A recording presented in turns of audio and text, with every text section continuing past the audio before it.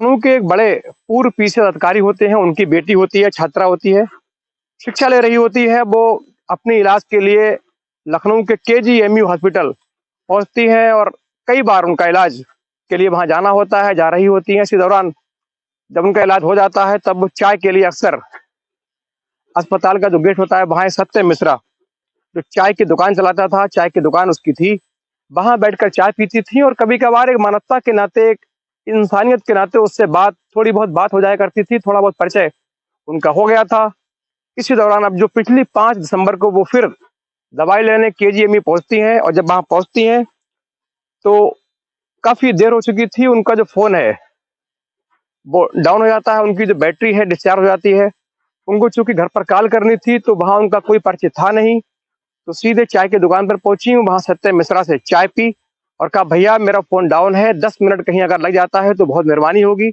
इस पर सत्यम मिश्रा ने कहा कि आप फिक्र ना करें, ये सारे जो एम्बुलेंस अंदर खड़ी है, इनके जो ड्राइवर है मेरी पहचान के हैं, मेरे पास चाय पीते हैं, मैं इनकी एम्बुलेंस में आपका फोन लगवा कर चार्ज करा दूंगा, आप बैठिए, आप इंतजार करें। लिहाजा लड़की जो है उसको एक उम्मीद मिलती है, चाय पीने के बहाने बैठ जाती है, चाय पीकर उसका टाइम पास करती है। उसके बाद जब लगभग 10 मिनट हो जाते हैं तो लड़की कहती है, भैया मेरा फोन ला दीजिए, मुझे घर जाना है, देर हो रही है। तो फौरन सत्यम मिश्रा दौड़ के अंदर जाता है, लेकिन वापस खाली हाथ चला आता है। कहता है, आपका जो फोन जिस एम्बुलेंस में मैंने चार्जिंग के लिए लगाया था वो दरअसल यहाँ से कहीं और चली गई है, वो डॉलीगंज चौराहे की तरफ है, मैंने फोन पे बात की है, लिहाजा हमको वहीं चलना होगा।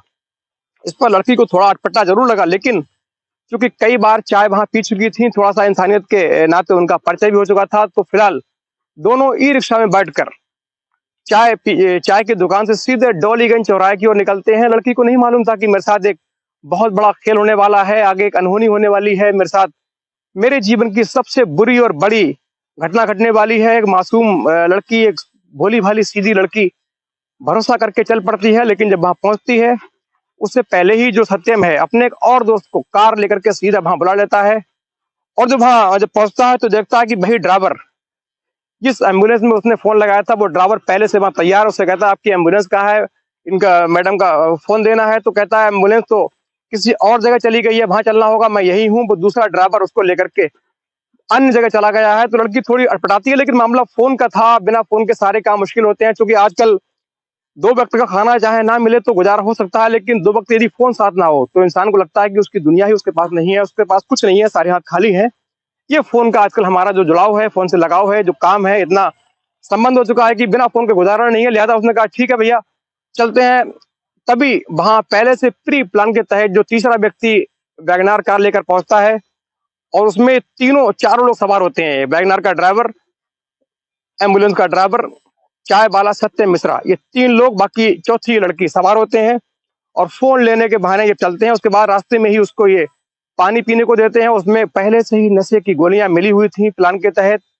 लड़की जब पीती है तो लगभग अचेत सी हो जाती है। उसके बाद ये मिलकर उसके पैर बांधते हैं, हाथ बांधते हैं लड़की के साथ, फिर बारी बारी से जघन्य वारदात को, दुर्दांत वारदात गैंगरेप को अंजाम देते हैं, उसके पैर बांध देते हैं, उसकी लगातार वीडियो भी बनाते हैं।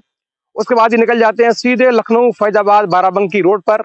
उस चलते हाईवे पर एक मासूम लड़की के साथ दरिंदगी हो रही थी। बाहर किसी को इसकी सूचना नहीं मिल रही थी, क्योंकि ना आवाज आ रही थी, क्योंकि लड़की चीख रही थी। लेकिन साथ में जो गाड़ी का ऑडियो है, जो सिस्टम है, उसको फुल वॉल्यूम में किया गया था, फुल आवाज में सॉन्ग बजा दिए गए थे। लिहाजा बाहर किसी को इसकी आवाज बिल्कुल मिल नहीं रही थी, लोगों को मालूम नहीं था इस कार में क्या हो रहा है, लोग आम कार समझकर उसको इग्नोर कर रहे थे। उसके बाद ये वहां पहुंचते हैं, उधर ढाबे में से खाना लेते हैं। खाना लेने जब भी नीचे गए थे, गाड़ी को लॉक कर दिया, तभी लड़की ने अपनी सहेली को फोन किया, लेकिन इतना वक्त नहीं मिला कि उसको पूरी घटना बता पाती। लिहाजा कुछ शब्दों में ही बताकर उसने फोन काट दिया। उसके बाद ये तीनों उसको लेकर सफेदाबाद की ओर निकलते हैं। वहां तीसरा जो बलात्कारी है वो उससे बलात्कार करता है। इस दौरान जो पहले बलात्कारी हैं उन्होंने इसकी वीडियो पर लगातार इसकी रिकॉर्ड किया, पूरी घटना को, इस गंदे अंजाम को, दुर्दांत अपराध को अपने वीडियो में कैद किया। लड़की चिल्ला रही थी, रो रही थी, लेकिन उसकी सहायता के लिए कोई नहीं आ रहा था, क्योंकि गाड़ी के अंदर पूरी तरीके से म्यूजिक बज रहा था।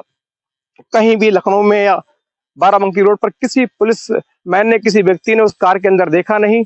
और लड़की के साथ लगातार दुर्दांत अपराध होता रहा। लड़की चीखती रही, चिल्लाती रही, गिड़गिड़ाती रही, हाथ जोड़ती रही, रोती रही, लेकिन इन दरिंदों के दिल नहीं पसीजे, इन हैवानों के दिल, शैतानों के दिल नहीं पसीजे। उसके बाद ये सीधे इसको लेकर के तमाम घटना कई घंटे रोड पर बिताने के बाद, गैंग रेप की वारदात को अंजाम देने के बाद ये उसको लखनऊ की मुंशीपुलिया एक जगह है, मुंशीपुलिया छोड़ देते हैं। तब लड़की इनके पैरों पड़ती है, अपनी असमत इज्जत लुटाने के बाद बाकायदा इनके पैरों पड़ती है और कहती है मेरी ये जो वीडियो आपने बनाई है इसको प्लीज डिलीट कर दीजिए, किसी को भेजना नहीं, मेरी इज्जत का सवाल है, मैं कहीं की नहीं रहूंगी, किसी को दिखाइएगा मत।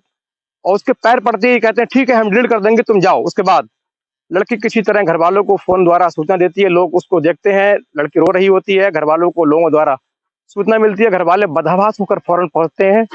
पहुंचने के बाद बेटी के हाल देखकर वो दंग रह जाते हैं, उनके रोंगटे खड़े हो जाते हैं। लड़की को फौरन लखनऊ के ही एक अच्छे हॉस्पिटल में एडमिट किया जाता है, वहां उसका फिलहाल इलाज चल रहा है, माँ उसके साथ में है, पिताजी साथ में है।